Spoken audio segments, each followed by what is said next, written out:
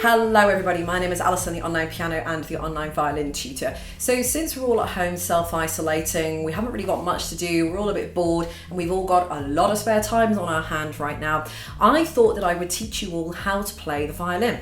And over the next 10 days, I thought we could all learn how to play the violin together. So how this is going to work is that every day, starting from today, I'm going to be taking you through my first 10 lessons, which are part of my 1 to 30 violin lesson course, which I already have on the internet. But the difference being, as each video goes live daily, I'm going to be available in the chat screen to the right of your video to answer any questions, queries, anything like that as the video progresses.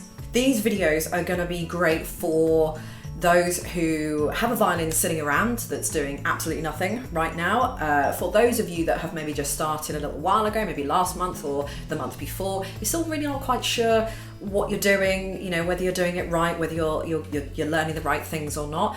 It could be that you have a violin and you just have absolutely no idea where to start. You're looking on the internet, there's video after video, lesson after lesson, person after person trying to teach you how to play, and you're so confused, you have no idea what to do.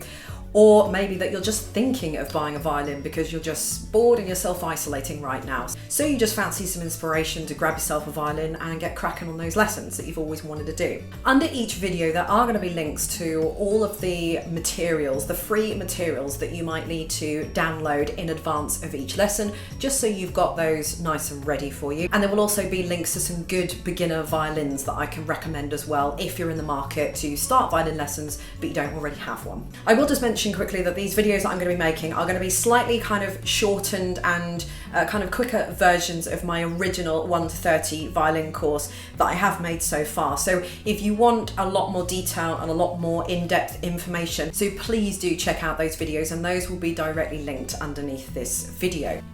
So grab your violin, grab your bow, and let's get started with lesson 1.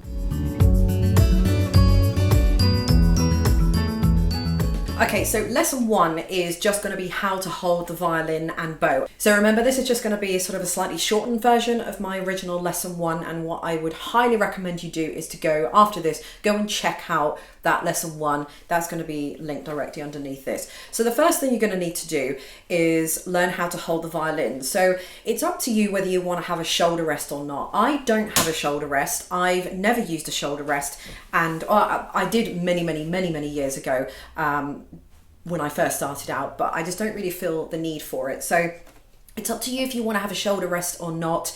It's completely personal preference. So if you haven't got a shoulder rest, it really doesn't matter. You're not going to be any better or any worse for it. It's just total personal preference. If you've got quite a big gap between your sort of chin and your shoulder, then you might find that you want a shoulder rest because you'll want something to sort of bridge that gap underneath there a little bit. But for me, I don't have a particularly large gap between my chin and my shoulder, so no shoulder rest is fine.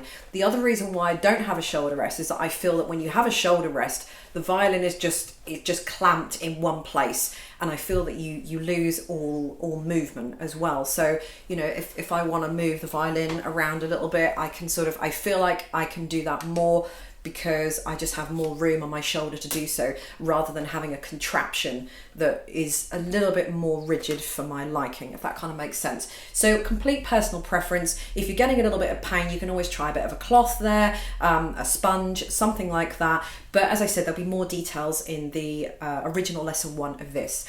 So what you want to do is you want to place it on your shoulder so that you put then your chin onto the chin rest. And what you want to do is have the violin out. If you think of a clock, so 12 o'clock, 1 o'clock, 2 o'clock, 3 o'clock, so on. So I always suggest that you have your violin out at about sort of 10 o'clock-ish, maybe somewhere between 10 and 11, 10:30 if you like. So 9 o'clock is just too far out to the side. That's just ridiculous. 12 o'clock is right out to the front. 11 o'clock for me just doesn't feel quite enough. 10 o'clock almost feels about perfect for me. So I would say that 9, 10, 11, 12, sort of feel it, and you'll sort of feel that 10 o'clock is going to feel about right for you. So I would put the violin on the shoulder about 10 o'clock here. And then what you want to do is turn your chin to the violins. You never want the violin out to the front like this. I see a lot of people playing like that. I don't know why they feel they have to play like that, but the violin should never be at the front of you. The violin should always be out to the side, and then you move your chin and your head to the left, and that is how you play.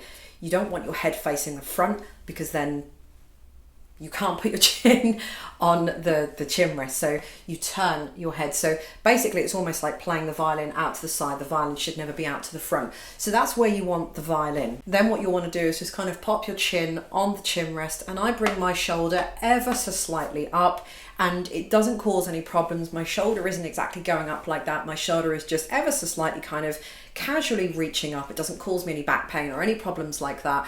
But as I say, if that is feeling like it's a problem for you, then just put a shoulder rest underneath it, and that will just bridge that gap for you, or a sponge or something like that. So moving on to holding the bow. Now, this can be a little bit controversial, and there are lots and lots of different ways to hold a violin bow, and they're all right. None of them are wrong. They're all right, as long as you've kind of got the basics in mind. So as long as your thumb is where it should be, and your two middle fingers are roughly at the middle of that, and then the rest of the hand can kind of move. That's the basis of a bow hold. Because a lot of teachers and a lot of people do hold the bow very differently, a lot of people then say that if you're not holding the bow the same way I'm holding, then you're wrong. That's not true, because there are so many bow holds. My bow I would probably describe as a hybrid between the Russian bow hold and the Franco-Belgian bow hold. The Franco-Belgian bow hold alone is probably arguably the most popular bow hold. Russian, maybe not so much nowadays. So this is probably very similar to the Franco-Belgian kind of bow hold. The Russian is a lot more tilted. I'm part of somewhere between that. I sort of hold in the Franco-Belgian, but I like to tilt quite a lot for the Russian bow hold. So what you're going to do is you're going to find that gap between the frog, which is this bit here, and the ferrule, which is this kind of black plastic bit that you've got there. And you'll see that there's a bit of gap of wood between the two. And you want to put your thumb in that gap there. So the gap that you can see here, that's where you want to be putting your thumb, in that gap of wood between the frog and the ferrule. And the thing that's most important about it is your thumb must be bent. A lot of people like to hold like that, and that's not right, because you're not going to be able to bend anything. So it needs to be bent. What I like to do is sort of put that little bit of wood into the gap between the skin of my thumb and my fingernail, and kind of just sort of wedge it in there. But whatever you do, it must be bent. The next thing you need to do is take the two middle fingers, and they are going to go directly either side of the thumb. And I like to hold the bow so that my fingers are sort of almost slightly over the hair. Again, a lot of people like to hold with the tippy tips of their fingers, and that is not right, because you're going to have absolutely no grip whatsoever. So just have the middle two fingers over, probably into that, so the wood is in the first kind of knuckle joint that you've got there, but so they are quite far down. The next thing you're going to do is put the index finger just about over the ferrule.